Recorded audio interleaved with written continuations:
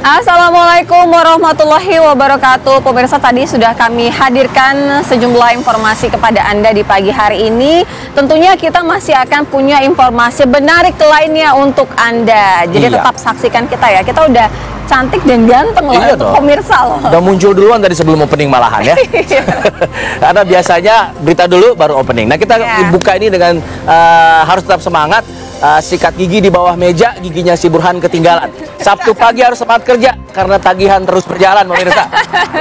Cakep, nih ada pantun lanjutan berkaitan dengan tema kita yang bakal kita bahas ya. Jalan-jalan keluar kota, lihat pemandangan subur. Kita pergi ke Jawa Timur, lihat pertarungan calon gubernur. Nah, ini juga menarik nih pemirsa, ini keren juga nih Sia nih. Karena kita akan bahas ini pertarungan calon gubernur di Jawa Timur ini antara pertarungan yang antara petahana dengan penantang baru. Nah, itu dia tuh. Seru banget lagi, Sri Kandi lagi, cewek-cewek gitu kan. Dua-duanya wanita yang akan bertarung di Pilkada Jawa Timur. Kita akan tunggu nanti siapa yang kemudian akan kira-kira bisa memikat hati dari warga Jawa Timur. Kita akan bahas ini di Apa Kabar Indonesia Pagi pada hari ini. Kita buka dulu informasi selanjutnya di Apa Kabar Indonesia Pagi mengenai belasan muda-mudi pasangan mesum. Nah, ini diduga mereka sedang melaksanakan pesta seks dan mereka digerebek Polres Malang Kota dari salah satu hotel. Mereka juga diduga melakukan pesta miras. Penggerebekan ini dilakukan oleh Polresta Malang Kota di hotel yang terletak di Jalan Galunggung, Kelurahan Gading Kasri di Klojen, Malang, Jawa Timur. Polisi mendapatkan pengaduan dari masyarakat sekitar terkait banyaknya pasangan muda-mudi yang saat itu berada di tempat tersebut dan tengah melakukan pesta miras serta diduga juga melakukan pesta seks. Dari penggerebekan, polisi memeriksa 23 orang muda-mudi, 12 perempuan, dan 11 laki-laki. Selain itu, petugas juga menemukan 3 botol miras dan 8 alat kontrasepsi yang telah digunakan. Setelah dilakukan pendataan, ke-23 orang dibawa ke Polresta Malang Kota untuk dilakukan pemeriksaan. Ya, inilah bahayanya, salah satu bahaya dari minuman keras, bawa ke hal-hal lain yang juga lebih buruk. Nah, kita akan beralih pemirsa dari Malang, Jawa Timur, kita beralih ke Medan di Sumatera Utara. Di sana ada kecelakaan yang melibatkan antara kereta api Lilawangsa jurusan Binjai Sumatera Utara dengan sebuah minibus dan ini kembali menelan korban. Nah, kecelakaan ini terjadi di perlintasan tanpa palang pintu di Jalan Stasiun Desa Lalang, Kecamatan Sunggal, Kabupaten Deli Serdang pada Jumat petang. Mobil yang dikendari korban bernama Anita Sri Lubis ini rusak parah dan terpental yang menyebabkan 2 penumpang lainnya ini meninggal dunia. Sementara itu 3 warga yang sedang duduk pada saat itu di pinggir rel juga ikut menjadi korban luka. Ke-6 korban kini telah dibawa ke rumah sakit terdekat untuk mendapatkan perawatan medis. Dalam kurun waktu 2 bulan terakhir, pemirsa, tercatat sudah 2 kali kecelakaan yang melibatkan kereta api di perlintasan tanpa palang pintu tersebut. Warga berharap agar pihak kereta api ini segera memasang palang pintu untuk menghindari kejadian serupa. Iya, ini biasanya memang terjadi di perlintasan kereta yang tidak resmi biasanya. Iya, ada jalur-jalur sendiri yang tanpa palang pintu dan ini membuat para pengguna jalan juga jadi tidak waspada akhirnya. Iya, tidak aware juga ya, tidak mengetahui juga ada kereta.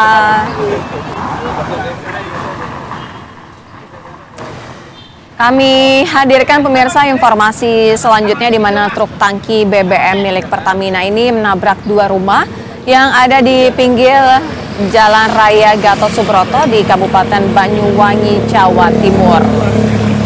Kalau kita lihat tampak bagian depan truk masuk ke halaman rumah warga yang posisinya lebih rendah dari jalan aspal. Iya, pihak Polresta Banyuwangi yang datang ke lokasi kejadian ini juga langsung melakukan olah tempat kejadian perkara.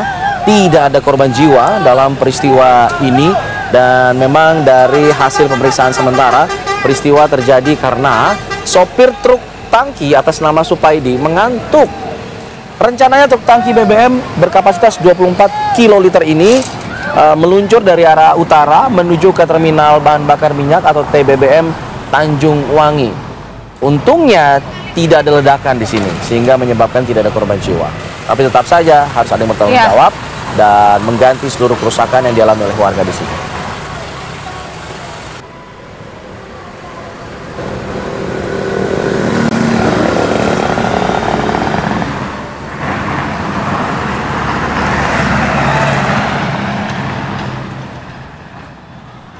Pemirsa, kami hadirkan informasi selanjutnya di mana dua bocah ditemukan tewas tenggelam saat sedang asik berenang bersama temannya di bantaran aliran Kali Pondok Jaya, Kecamatan Sepatan, Kabupaten Tangerang, Banten. Korban yang masih berusia 6 dan 10 tahun ditemukan 500 meter dari lokasi awal tenggelam dengan kondisi sudah tidak bernyawa. Kemudian korban dievakuasi menuju rumah duka. Ya, ini usianya ada yang sama dengan usia anak saya ya, 10 tahun. Meskipun dirasa mau sudah cukup besar, tapi tetap harus dalam pengawasan orang tua, apalagi main di pinggiran bantaran kali seperti ini. Nah, sejumlah keluarga, tetangga, beberapa rekan korban ini juga akhirnya turut mendatangi rumah duka untuk mengucapkan bela sungkawa. Dan memang menurut warga ini, korban ini sering sebenarnya berenang di aliran kali ini, tapi kemudian naas ada peristiwa tersebut sehingga menyebabkan dua bocah ini tewas tenggelam.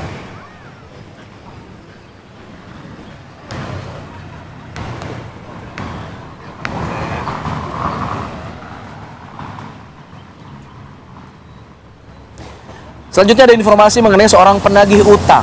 Ia ditemukan sudah tewas dibakar di tempat pembakaran sampah di daerah Guguak di Kabupaten 50 Kota Sumatera Barat. Nah, aksi sadis ini diduga dilakukan oleh pasangan suami istri, pemirsa. Mereka merupakan nasabah koperasi simpan pinjam di mana korban ini bekerja. Kerangka berjenis kelamin perempuan ini atas nama Feni Ria Andriani yang bekerja di unit usaha simpan pinjam. Sebelumnya Feni ini dinyatakan hilang oleh keluarga saat bekerja melakukan penagihan pinjaman kepada nasabah. Kepada polisi, pelaku ini mengaku sudah menghabisi nyawa Feni bersama suaminya RN saat melakukan penagihan. Pelaku membakar korban untuk menghindari bau yang mencurigakan. Sang suami yang sempat kabur ini berhasil ditangkap di daerah Bengkalis, Provinsi Riau.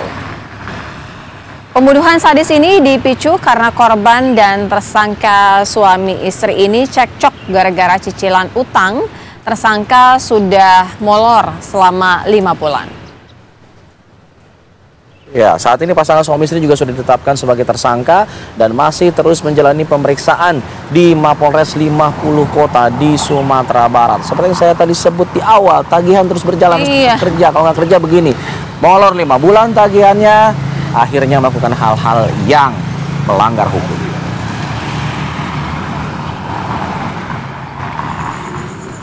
Kami hadirkan informasi pilihan lainnya, pemirsa. 2 orang kakak beradik nekat membunuh buruh pabrik kayu lantaran sering menggoda adik perempuan pelaku yang sudah berkeluarga.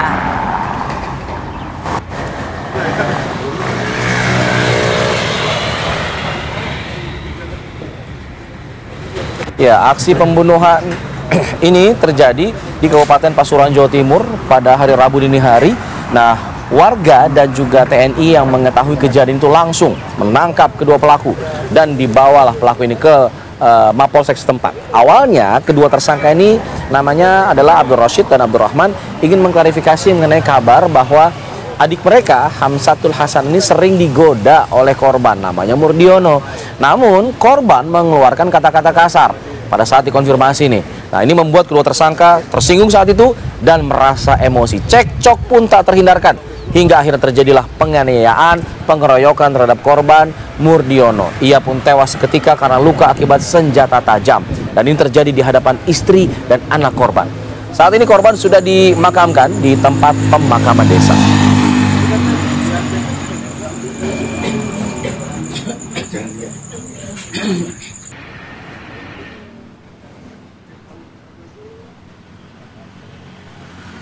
Pemirsa, usai jeda kami akan membahas lagi-lagi masih saja ditemukan adanya perundungan yang dilakukan oleh anak-anak yang salah satunya bahkan di bawah umur juga gitu. Ini satu hal yang memprihatinkan terus-terusan terjadi. Kita akan bahas mengenai kasus ini usai jeda. Tetap di sini di Apa Kabar Indonesia Pagi. Pemirsa, seorang siswi SMP menjadi korban pengeroyokan siswi lainnya di Kecamatan Situraja, Kabupaten Sumedang, Jawa Barat. Lagi-lagi ya, masih saja terjadi kasus perundungan. Dalam video tersebut juga terdengar kata-kata kasar yang diduga dilontarkan para pelaku dan juga korban. Ya, pihak kepolisian ini mengatakan kasus perundungan ini terjadi di area kebun warga di Desa Situraja di Sumedang, Jawa Barat pada Selasa 9 Juli yang lalu. Dari 4 pelaku, 3 diantaranya masih berstatus pelajar SMP, pemirsa, usianya masih 14 tahunan. Sementara 1 lainnya sudah dewasa. Sedangkan korban juga merupakan pelajar SMP.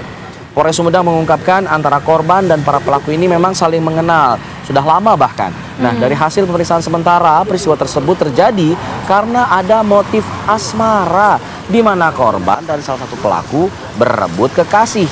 Padahal masih cinta monyet masih 14 tahun, itu pasti panjang. Aduh iya, nah, perjalanan hidup masih panjang gitu ya. Akibat pengeroyokan, korban mengalami sejumlah luka dan mengalami trauma.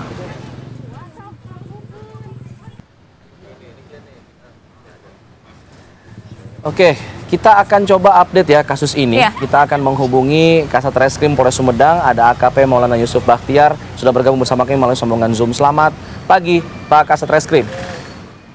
Selamat pagi. Mas. Ya.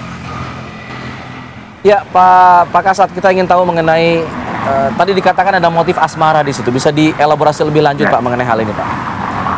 Ya, jadi gini, awalnya memang ada salah paham antara korban dan para pelaku. Jadi memang diisukan korban ini ada hubungan asmara dengan laki-laki yang disukai oleh pelaku.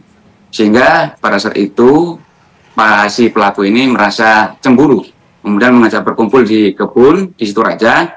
Di kebun tersebut terjadi pelesian dan kemudian terjadi penganiayaan. Gitu Mas, izin.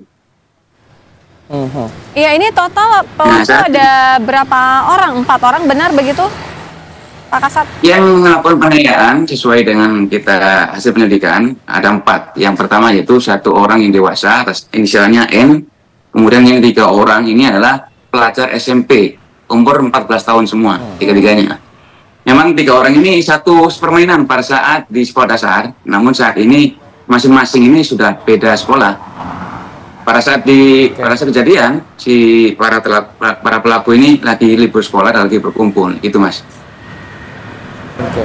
Tadi ada 1 pelaku yang sudah berusia dewasa ya.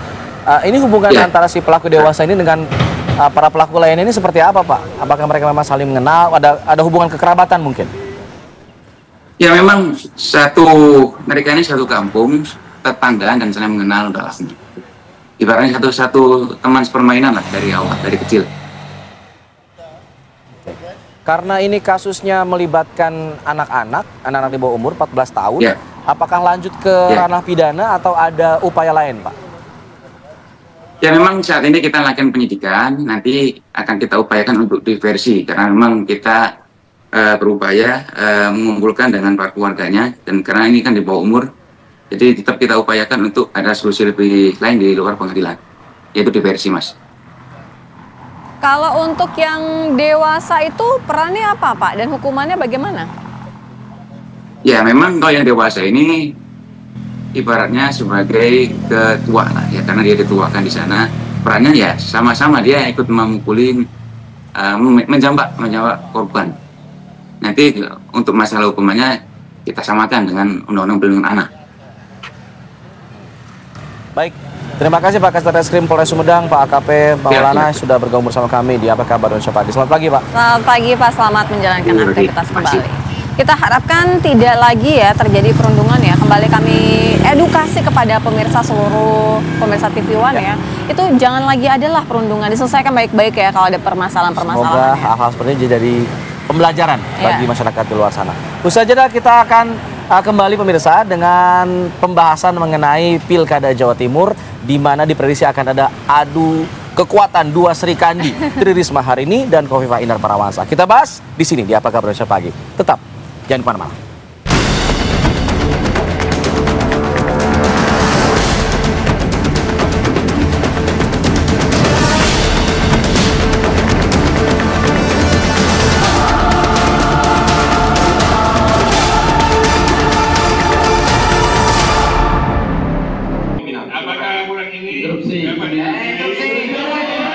Pemirsa, kami hadirkan sejumlah informasi untuk Anda, di mana ini rapat paripurna Dewan Perwakilan Daerah atau DPD RI, masa sidang tahun 2023-2024 di Gedung Nusantara 5, Kompleks Parlemen Jakarta berlangsung ricuh. Ya, kejadian ini bermula saat Ketua DPD Lanyala Matalini menyampaikan penyempurnaan tata tertib DPD RI yang merupakan hasil kerja pansus dan juga tim kerja. Namun interupsi demi interupsi disampaikan saat Ketua DPD membacakan laporan dan juga draft tata tertib. Merasa interupsinya tidak didengarkan, sejumlah anggota DPD lainnya berteriak-teriak dan akhirnya perlahan merangsek maju ke depan ke meja pimpinan rapat. Dari rapat paripurna ini bahkan sempat terjadi perebutan palu sidang agar Lanyala ini tidak mengesahkan laporan dan juga tatip tersebut.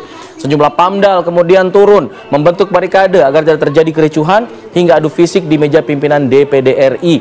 Pimpinan sidang memutuskan agar sidang diskors selama 10-15 menit untuk meredakan dulu situasi, meredakan suasana.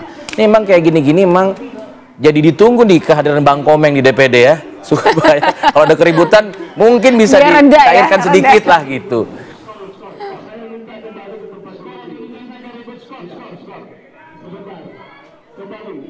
Ya, saya minta kembali teman-teman, saya minta kembali ke tempat semula.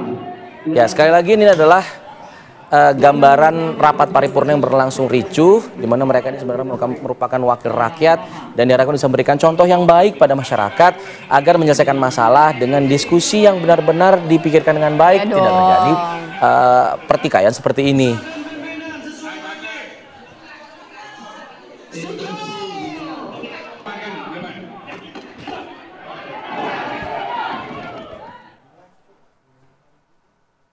Informasi selanjutnya pemirsa, Presiden Joko Widodo melakukan panen kopi di Lampung Barat, Lampung.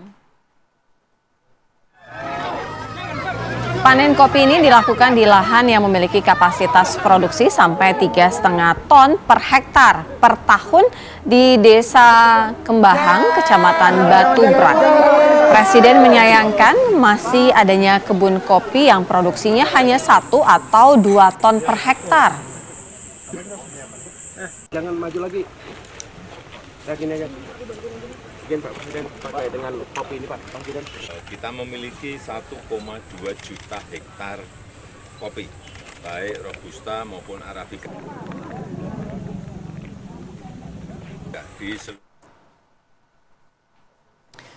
Ya, selanjutnya ada informasi dari Menteri Pertahanan Prabowo Subianto yang menghadiri acara pembekalan calon perwira remaja TNI dan Polri di Balai Sudirman pada Jumat kemarin. Nah, dalam kesempatan itu Prabowo Subianto menyampaikan ada sejumlah pesan. Di hadapan 906 calon perwira remaja atau Capaja TNI Polri, Prabowo Subianto mengingatkan agar mereka, para Capaja ini harus memposisikan diri sebagai seorang kesatria yang mengabadikan hidup untuk NKRI. Nah, Prabowo menegaskan bahwa seorang kesatria ini harus rela berkorban untuk bangsa dan untuk negara. Prabowo pun mengingatkan bahwa para Capaja yang tergabung dalam TNI dan Polri adalah bagian dari tujuan nasional. Para Capaja ini akan dilantik oleh Presiden Joko Widodo pada tanggal 16 Juli mendatang. Belanda, the Oosten. Ini saya sarankan Danjen TNI, Akademi TNI, saya sarankan gubernur-gubernur, film ini wajib ditonton. Kita hadirkan informasi selanjutnya pemirsa. Relawan Projo kembali mengumumkan dukungannya kepada sejumlah calon dalam Pilkada 2024. DPP Projo mengumumkan dukungan kepada 8 calon kepala daerah, diantaranya yaitu bakal calon gubernur Provinsi Aceh, Muzakir Banaf, Maisyal Rashid untuk calon Bupati Tangerang, kemudian politikus Partai Golkar Effendi Edo untuk calon Wali Kota Cirebon.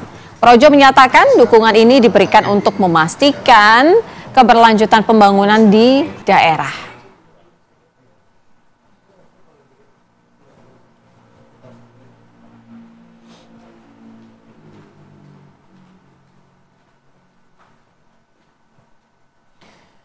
Ya, jelang pemilihan kepala daerah serentak 2024, ketentuan persyaratan calon kepala daerah diuji lagi pemirsa. Nah, para pemohon ini mempersoalkan mengenai ketentuan persyaratan calon kepala daerah yang diatur dalam pasal 7 ayat 2 Undang-Undang Pemilihan Gubernur, Bupati dan Wali Kota untuk Undang-Undang Pilkada yang bertentangan dengan Undang-Undang Dasar Negara Republik Indonesia 1945.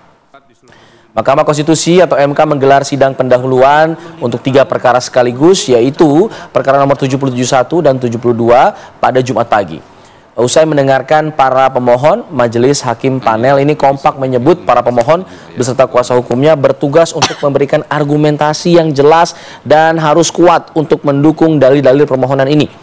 Menurut Hakim, pemohon ini belum bisa membangun argumentasi yang kuat bahwa ketentuan-ketentuan yang diuji ini bertentangan dengan UUD Negara Republik Indonesia 1945. Selain itu, apabila ini akan digunakan untuk kepentingan Pilkada 2024, maka para pemohon harus menjelaskan apa urgensinya Mahkamah mesti segera memutus perkara tersebut. Nah, panel hakim memberikan waktu selama 14 hari kepada para pemohon untuk memperbaiki lagi permohonannya. Nah, perbaikan permohonan selambat-lambatnya harus diterima kepaniteraan MK pada Kamis 25 Juli 2024 pukul 10 waktu Indonesia Barat. Garis miring PUU garis datar 22 Romawi garis orang. Pertama, perkenalkan Abdul Hamid. Yang kedua, Pemirsa, heboh video seorang pengasuh pondok pesantren di Kabupaten Malang, Jawa Timur, Abuya Mamau Gufron, yang mengaku bisa berkomunikasi dengan semut hingga malaikat maut yang viral di media sosial.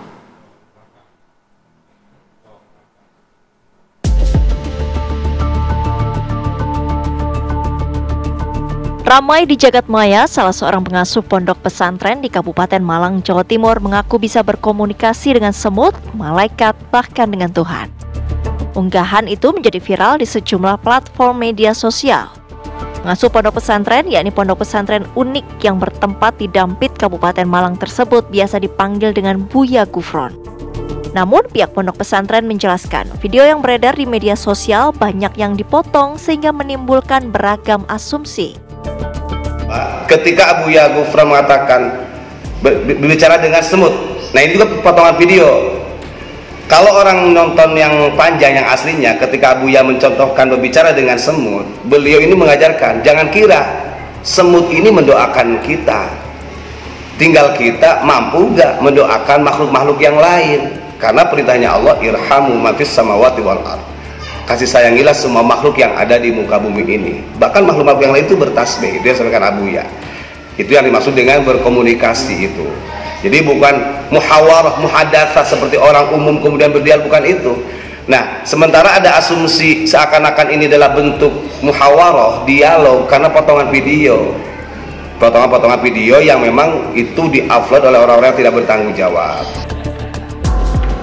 Menanggapi keresahan masyarakat atas video yang beredar, MUI Jatim Jumat pagi menggelar pertemuan dengan mengundang MUI Kabupaten Malang dan MUI Kecamatan Dampit Malang. Pertemuan ini sekaligus untuk memperdalam kajian terkait langkah yang akan diambil oleh MUI Jawa Timur dengan mendengarkan penjelasan dari MUI Kabupaten Malang dan MUI Kecamatan Dampit. Sebagai bagian dari pertanggungjawaban penunaian tanggung jawab kita semua, maka MUI Jawa Timur mengundang MUI Kabupaten Malang dan MUI Kecamatan Dampit untuk duduk bersama melakukan penajaman atas temuan yang terjadi di lapangan, karena kasus ini tentu menghebohkan dan merisaukan banyak orang. Ponpes unik di Malang yang berdiri sejak tahun 1999 ini memiliki 300 santri putra dan putri. Para santri yang belajar di ponpes ini tidak dipungut biaya apapun alias gratis. Tim TV One mengabarkan.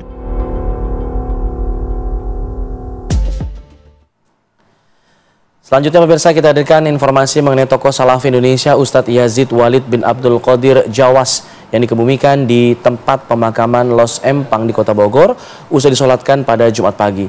Almarhum ini meninggal dunia pada hari Kamis 11 Juli 2024. Usai disolatkan di Masjid At-Tahiriyah di Empang, jenazah Ustadz Yazid Walid bin Abdul Qadir Jawas langsung dibawa ke lokasi pemakaman di Los Empang, Kota Bogor. Ribuan orang mengiringi prosesi pemakaman tokoh Salafi ini usai disolatkan pada Jumat pagi. Bahkan di sepanjang jalan, warga sekitar juga turut membagikan air minum bagi para warga yang turut ikut dalam iring-iringan jenazah.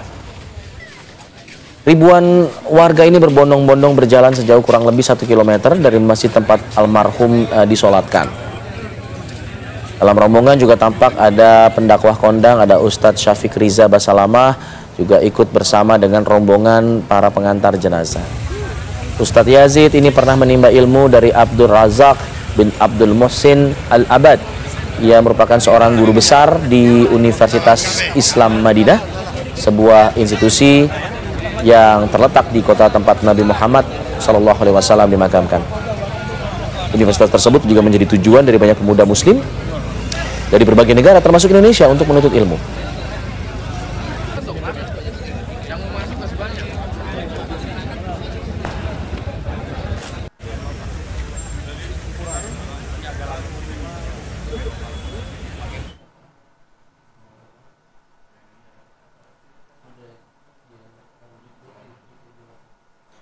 Pemirsa, usai jeda kita akan jalan-jalan ke Jawa Timur untuk membahas sebenarnya calon gubernur mana yang paling besar kansnya ataupun jadi kandidasi yang bakal calon ya dan akan terpilih begitu di Jawa Timur. Usai jeda kami segera kembali.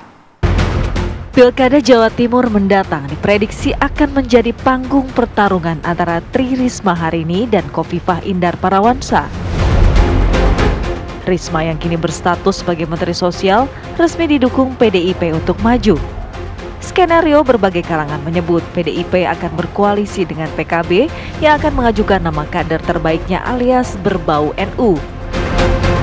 Sementara pasangan Khofifah dan Emil sebagai incumbent lebih dikenal masyarakat Jawa Timur. Apalagi pasangan ini didukung partai yang tergabung dalam Koalisi Indonesia Maju. Risma memang lawan sepadan bagi Khofifah. Elektabilitas keduanya akan membagi suara pemilih di Jawa Timur. Lalu, siapakah nantinya yang akan dipilih warga Jawa Timur yang akan diramaikan oleh kedua Sri Kandi ini? Tim TV One mengabarkan.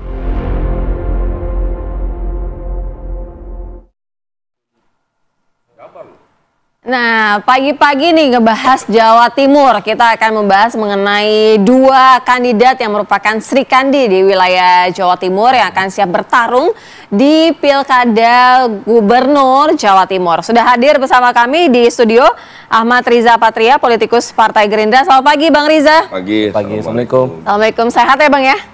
Sehat. Alhamdulillah. Seger ya. Pagi-pagi kita juga membahas yang seru-seru. Kemudian juga sudah bergabung melalui daring ada Aryo Seno Bagaskoro, politikus PDI Perjuangan. Selamat pagi Mas Seno. Selamat pagi Mbak Sira, Mas David. Sehat ya Mas Seno? Sehat dan semangat. Baik, pagi-pagi. kita juga ada, tetap semangat. Kita juga ada Suko Widodo, pakar komunikasi politik Universitas Erlangga Surabaya. Selamat pagi Mas Suko. Selamat pagi. Sehat ya Mas? Alhamdulillah seger waras. Salam dari Surabaya, Mas Risa, Mas Seno. Salam dari Jakarta. Kita nih pagi-pagi sudah ramai membahas dua Sri Kandi ya. Saya ingin ke Bang Riza. Bang Riza sudah siap akan ada penantang juga Sri Kandinya, begitu? Ya tentu kami siap ya. Jadi Partai Gerindra apalagi bersama partai koalisi di Indonesia Maju ada 9 partai yang bergabung di situ. Ya cukup banyak. Kami memang bersepakat ya. Sebetulnya nanti akan ada partai lain di luar Kim ya. Yang akan mendukung Khofifah dengan Emil Dardak. Siapa Pak bocorannya? Ya jangan duluan lah saya, mendahului partai lain gak enak saya. Masih deal-dealan atau memang sudah mengarahkan bergabung? Ya semua harus jujur ya, memang pasangan Khofifah Emil Dardak ini ya sulit ya dikalahkan gitu ya. Ya mohon maaf tidak bermaksud melebih-lebihkan, apalagi kita sombong enggak ada maksud gitu. Memang ini pasangan yang luar biasa selama memimpin 5 tahun kemarin dengan kinerja yang baik, dengan hasil kepuasan publik yang luar biasa. Jadi semua partai juga akan berpikir ulang kalau ingin menyodorkan nama lain di luar Khofifah Emil Dardak.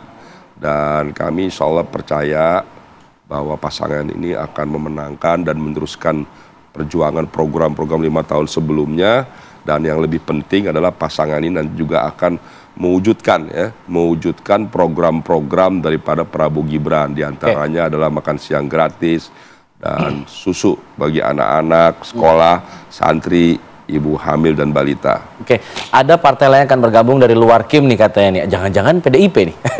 Coba saya tanya Mas Seno. Mas Seno, apakah ada sudah firm akan mengusung Tri Risma hari ini? Kabarnya masih kontak-kontakan sama PKB untuk mengusung pasangannya. Atau memang ada pilihan lain? Mungkin bergabung sama Kim.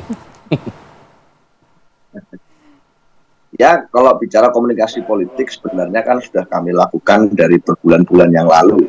Bicara tentang kemungkinan opsi-opsi bagi kami untuk melakukan kerjasama politik dengan berbagai partai politik yang ada. Tetapi sebagai partai politik yang diajarkan untuk berasas kaderisasi, tentu kami juga memiliki tugas dan tanggung jawab konstitusional untuk bisa menempatkan kader-kader kami secara regeneratif di jabatan publik tertentu untuk mampu menjadi muara dari kaderisasi partai tersebut. Oleh karena itu di Jatim tuntutannya juga cukup tinggi bagi kami untuk bisa mencalonkan kader kami sendiri.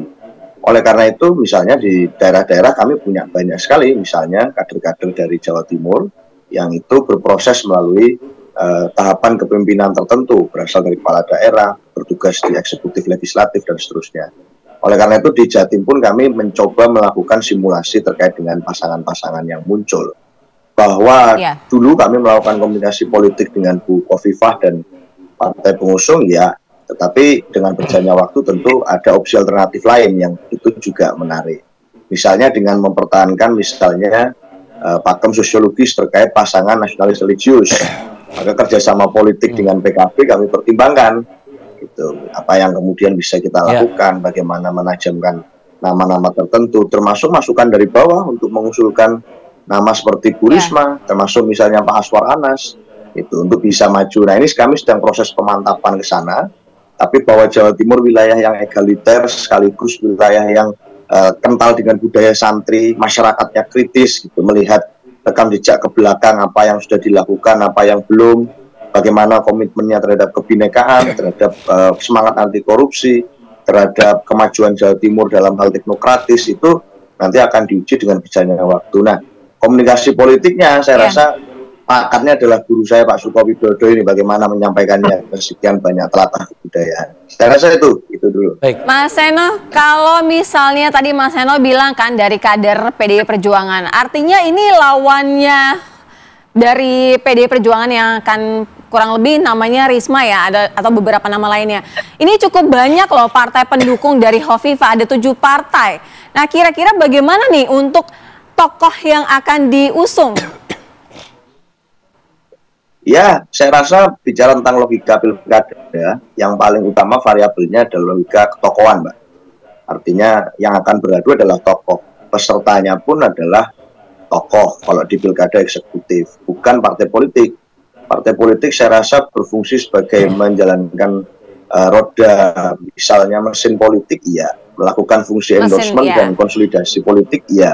Tetapi nanti yang akan dipilih masyarakat tentu adalah tokoh itu. Oleh karena itu kami sadar betul bahwa dengan logika tersebut kami harus menemukan tokoh yang tepat. Bukan merupakan pengalaman pertama kalau bicara di pilkada. PDI Perjuangan juga sering kok bicara di pilkada sebelumnya, misalnya maju sendiri atau dengan kerjasama politik yang relatif hanya sedikit partai dibandingkan lawannya. Dan itu bukan suatu kepastian bahwa kita akan kalah, tapi itu malah suatu kesempatan untuk membangun kerjasama politik yang lebih luas dengan masyarakat secara lebih taktis dan ramping. Saya rasa sangat mungkin itu terjadi, kalaupun harus terjadi opsi itu. Baik, saya ingin ke Mas Suko Widodo. Mas Sukowi, wah, jadi kayak Pak Jokowi jadinya.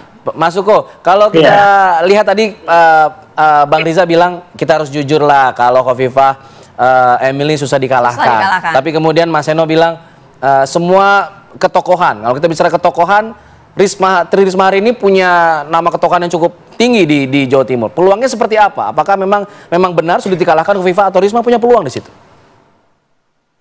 Ya, kalau rujukannya apa yang disampaikan Mas Seno tadi ya juga betul juga. Tapi kita coba lihat fakta di Jawa Timur. Kekuatan terbesar kalau dari segi perolehan suara legislatif itu justru di PKB itu sekitar 4,7 juta, 45 juta, kemudian PDIP itu urutan kedua 3,7. Nah, kalau dia digabung dengan Nasdem itu kekuatan suara yang besar sebenarnya, sekitar 8 juta berapa gitu loh, dibanding kekuatan Kim di Jawa Timur. Golkar itu menempati keempat, Gerindra ketiga, dengan jumlah yang kalau dihitung-hitung diadu itu bisa apa ya, head to head cukup kuat kalau asumsinya itu. Tapi terakhir saya baca bahwa P3 juga gabung di sana di Bukoviva masuk Kim. Artinya memang unik di sini. Nah, kalau hitungannya partai memang ya head to head cukup kuat. Kalau dari segi personality, Bu Risma itu memang cukup kuat pengaruhnya di area Surabaya. Tetapi PD itu menyebar di semua tempat, itu satu sisi. Sementara Bukoviva itu punya kekuatan yang menurut saya agak susah dilawan dalam konteks personality beliau dengan masyarakat. Jadi apa ya? Justru organisasi muslimatnya itu menjadi magnet yang besar untuk mengikat itu. Nah, kalau dihitung-hitung seperti itu, maka memang peluang Khofifah cukup besar ya, karena kan pemilihan gubernur itu atau pilkada itu cenderung pada ketokohan, popularitas. Nah, dalam 5 tahun terakhir, Khofifah kan investasi, interaksinya luar biasa. Sementara Bu Risma berada di Jakarta. Artinya siapa yang menentukan dalam ini? Yang menentukan adalah Bu Risma dengan siapa dan Bu Khofifah dengan siapa. Jadi couple ya, pasangan wakil itu justru akan memberikan penentu dari pengaruhnya di Jawa Timur. Nah, di Jawa Timur sendiri kan ada 5 subkultur ya, Madura, Arek, kemudian Osing, Mataraman, dan Tapal Kuda. Masing-masing punya karakter yang menurut saya tidak sekedar dilihat hijau dan abang, tetapi ketokohan-ketokohan lokal itu pasti apakah Bu Risma punya jaringan dengan tokoh lokal, apakah saya kira Bu Khofifah dalam 5 tahun terakhir cukup intensif dengan itu artinya memang kekuatan Bu Khofifah cukup dominan di Jawa Timur saat ini. Oke, baik, terima kasih Mas Suko. Saya ingin ke Bang Rizal lagi. Bang Rizal, kalau kita lihat Gerindra sepertinya masih dalam strategi untuk tidak menempatkan wakilnya di dalam pasangan gubernur dan wakil gubernur. Apakah ini bukan sesuatu yang merugikan bagi Gerindra? Ya, jadi begini ya, memang setiap partai, semua partai tidak terkecuali ingin kader-kader terbaiknya tampil ya. Tidak hanya di Pilpres sebagai capres maupun cawe, tapi juga ingin di setiap pilkada gubernur, wakil, wali kota atau wakil, bupati atau wakil, dan seterusnya sampai ke tingkat bawah. Itu harapan, keinginan semua partai. Namun kami sekali lagi di Kim ini kan punya komitmen bersama untuk kepentingan bangsa negara. Dan sejak awal juga kita tahu bahwa pasangan Khofifah dengan Emil Dardak itu ya kebetulan bagian dari Kim ya. Kedua juga ini pasangan yang memang baik ya. Jadi kami merasa tidak perlu merombak atau memasukkan kader, apakah dari Golkar, apakah dari PAN, dari Gerindra, yang kebetulan Khofifah dan Mas Emil kan dari Demokrat ya. Mbak Khofifah sendiri kan dianggap tidak berpartai begitu. Jadi kami tidak memaksakan. Apa karena dari survei internal juga dilihat begitu bahwa sosok ini dibanding yang tokoh-tokoh yang lain dari itu Kim juga itu salah tidak ada yang bisa menandingi faktor. Jadi banyak sekali faktornya kenapa kami memang bersepakat di Kim, termasuk Gerindra mendukung Mbak Khofifah dengan Mas Emil Dardak ya. Terlebih memang di Pilpres kemarin itu kan pasangan ini juga memberikan dukungan yang signifikan bagi pemenangan Prabowo Gibran. Terlebih Pak Prabowo itu kan orangnya sangat sangat berterima kasih lah terhadap orang-orang yang telah berkorban, berjuang. Pak Prabowo itu nggak akan pernah lupa dengan siapapun yang memberikan kontribusi terbaiknya, tidak hanya kepentingan Pak Prabowo dalam Pilpres pada Partai Gerindra, bagi kepentingan bangsa negara siapa saja Pak Prabowo itu akan memberikan perhatian. Dan rasa terima kasihnya diantaranya memang kami Pak Prabowo itu sudah berkomitmen akan memberikan dukungan pada Mbak Khofifah dan Mas Emil sejak awal ya. Itulah sebabnya kami sejak awal juga sudah menyampaikan rekomendasi dukungan kepada Mbak Khofifah dengan Mas Emil. Baik, hampir sama ya, kurang lebih ketokohan itu menjadi faktor yang sangat penting paling tidak. Nanti saya juga mau ke Mas Suko. Mas Suko, kira-kira faktor seberapa besar ketokohan ini linear juga dengan mesin partai politik yang sedang berjalan begitu saat ini. Kita akan bahas, usai jeda kami segera kembali.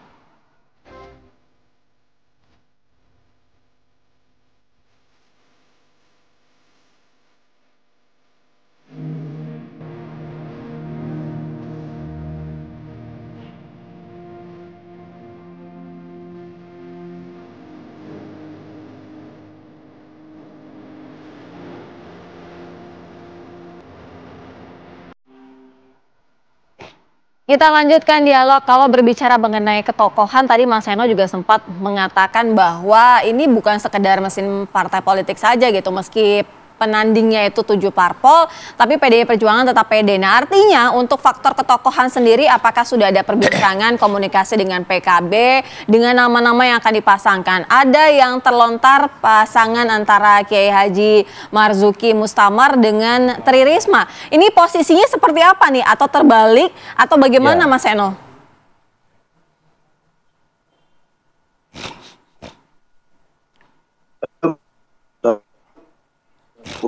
Baik, Mas Seno, bisa mendengar suara kami? Baik, seperti ada masalah komunikasi, Mas Seno, kita perbaiki dulu ya. Sebelum kita mengulik-ngulik ke Mas Seno, oke, baik Mas Seno.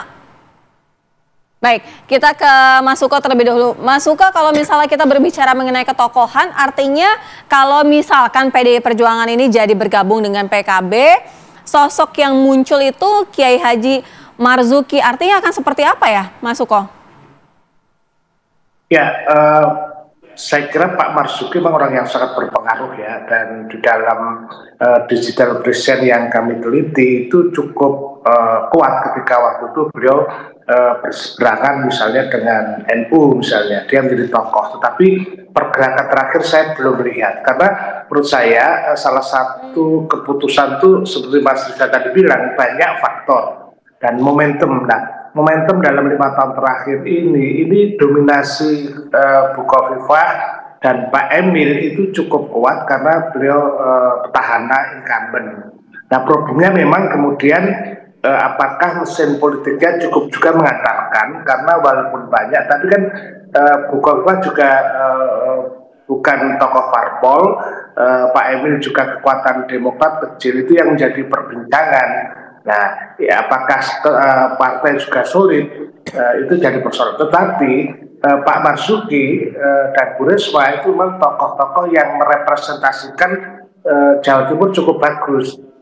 Bu Risma di kalangan terutama di Surabaya Raya ya itu. Tetapi kemudian Pak Marzuki di kalangan Nahdliyin itu cukup kuat. Sementara kan di Jawa Timur kan banyak santrinya.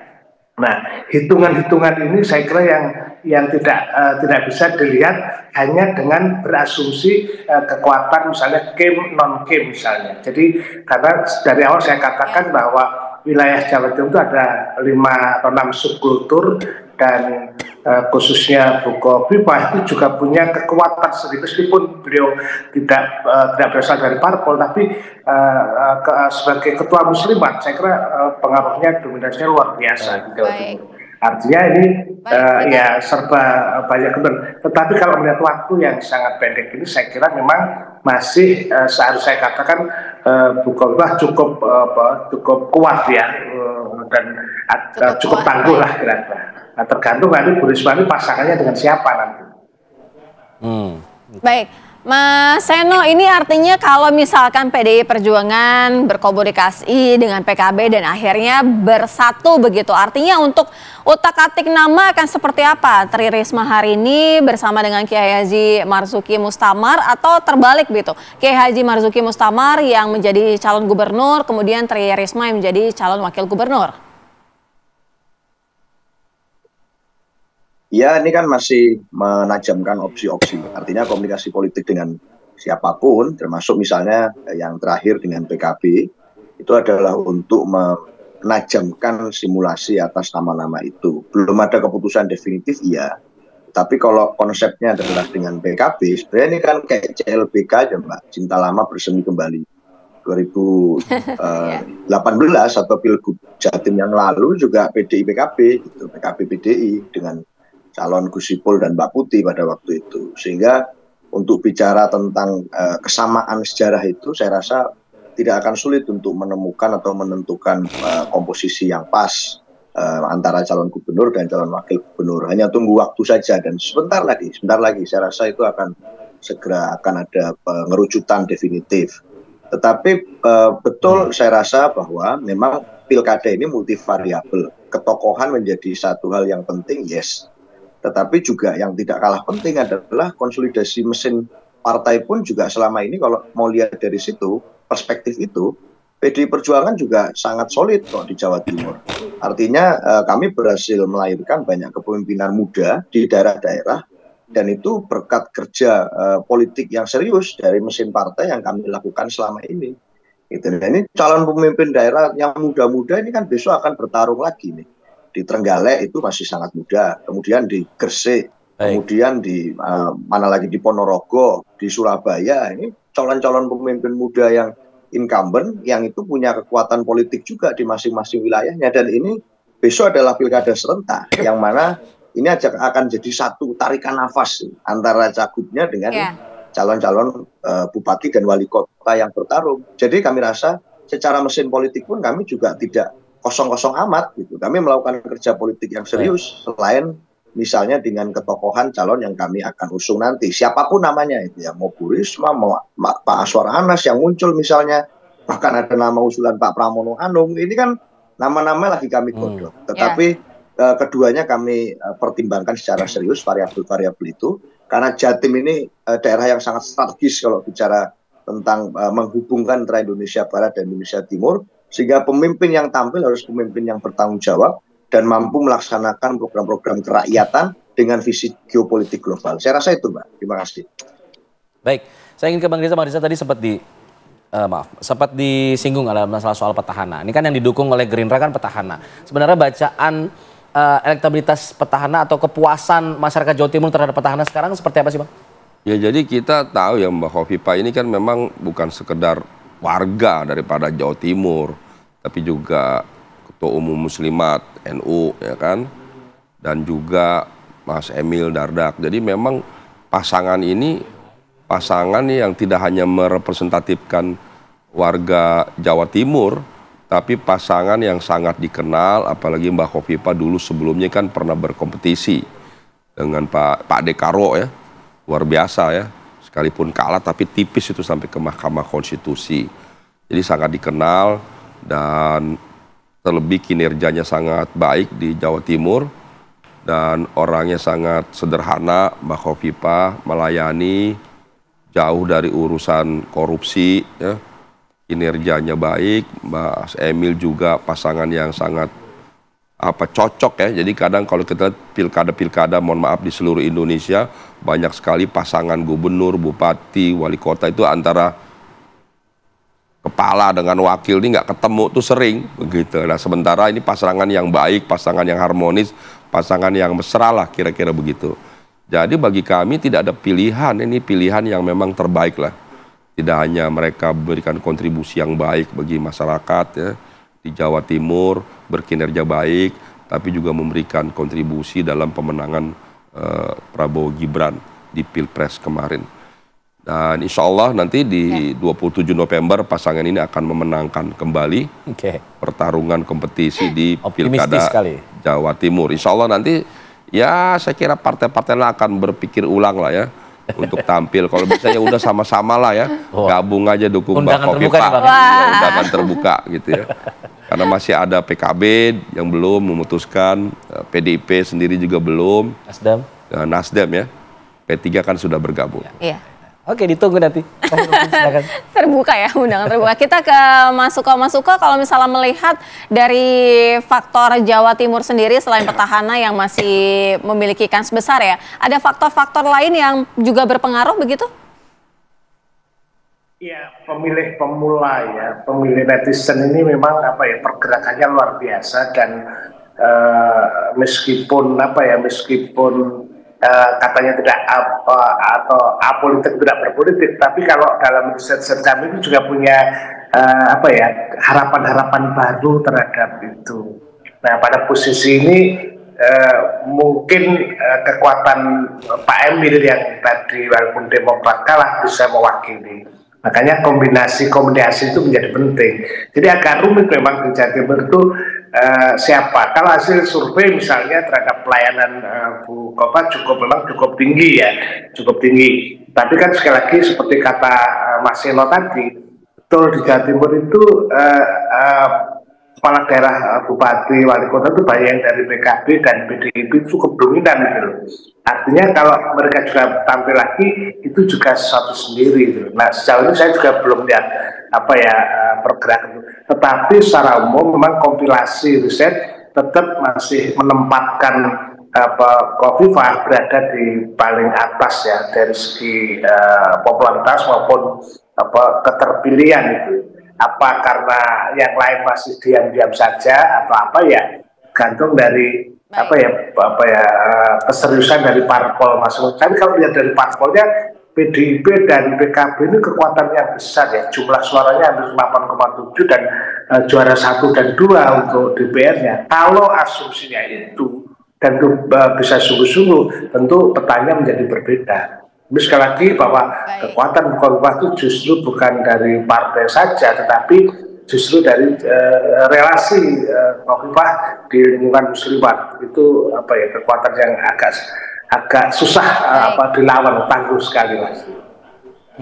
Baik, Mas Uko, Mas Eno, kita sama-sama menunggu. Bang Reza, kita sama-sama menunggu nih. Kayaknya seru banget pertarungan dua Sri Kandi ya. Iya, di Pilgub Jawa Timur. Kita tunggu nih seperti apa. Saya ingin tutup dengan sebuah pantun, boleh ya? Boleh. Si Malih jalan-jalan ke Batu Jajar. Cakep. Di sana belajar baca berita. Cakep. Memilih di antara dua wanita di pilkada itu wajar. Yang nggak wajar udah nikah masih milih-milih wanita. Terima kasih. Terima kasih Mas Eno. Terima kasih Mas Uko. Mas Uko, terima kasih. Kita jeda dulu. Nanti kita akan kembali dengan sejumlah informasi lainnya. Tetap di sini di Apa Kabar Indonesia Pagi. Ya, makasih.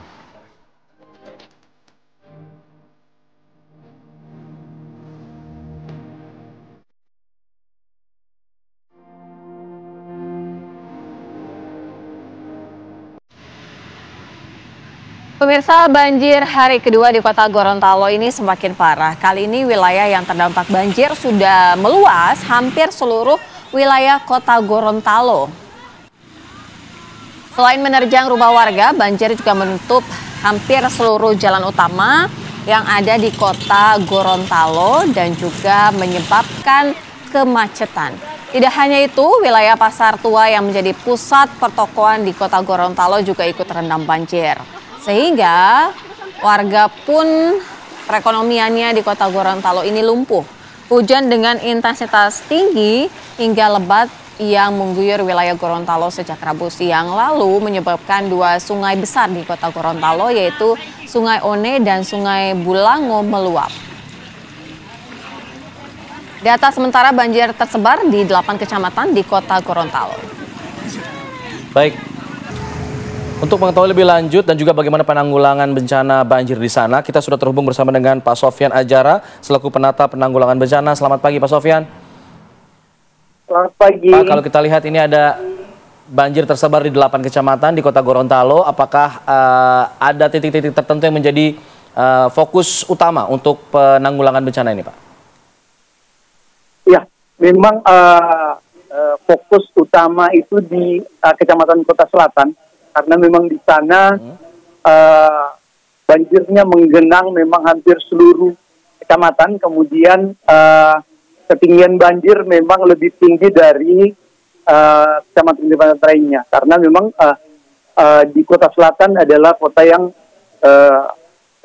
paling rendah di Kota Gorontalo. Untuk lokasi pengungsian sendiri Pak, saat ini bagaimana? Lokasi pengungsian untuk Kota Gorontalo ada empat lokasi. Yang pertama di kantor wali kota, kemudian yang kedua di aula rumah dinas wali kota, Kemudian yang ketiga di SD 36 Kota Selatan. Kemudian yang keempat di SD 46 Kota Selatan.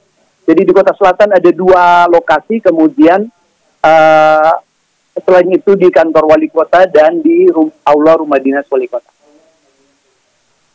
Oke. Demikian, Mbak. Tentu warga di sana menanti nih Pak, apakah ada kepastian sampai kapan banjir ini terjadi, apa upaya penanggulangan terbarunya Pak yang bisa kemudian disampaikan pada warga Pak? Ya, memang alhamdulillah dari kemarin ini Kota Gorontalo itu sudah tidak hujan. Jadi semua apa yang dilakukan pemerintah saat ini sekarang memang tidak mengarah ke bagaimana air supaya cepat surut gitu. Jadi kami sekarang konsentrasi ke pembersihan rumah-rumah warga dan pembagian makanan siap saji, Pak. Gitu. Baik, terima kasih Demikian, Pak Sofyan Adjara. Semoga saja kondisinya lekas membaik di sana ya dan tidak ada lagi banjir yang meluas, kemudian bisa segera surut di sana. Terima kasih Pak, selamat menjalankan aktivitas kembali. Ya. Baik. Pemirsa, usai sudah ya kebersamaan kita di program Apa Kabar Indonesia Pagi. Mewakili kru yang bertugas, saya Sira Safira. Pak Tauhid, kami pamit undur diri dulu ya. Kita nanti kembali lagi esok hari. Kami pamit, terima kasih. Sampai jumpa.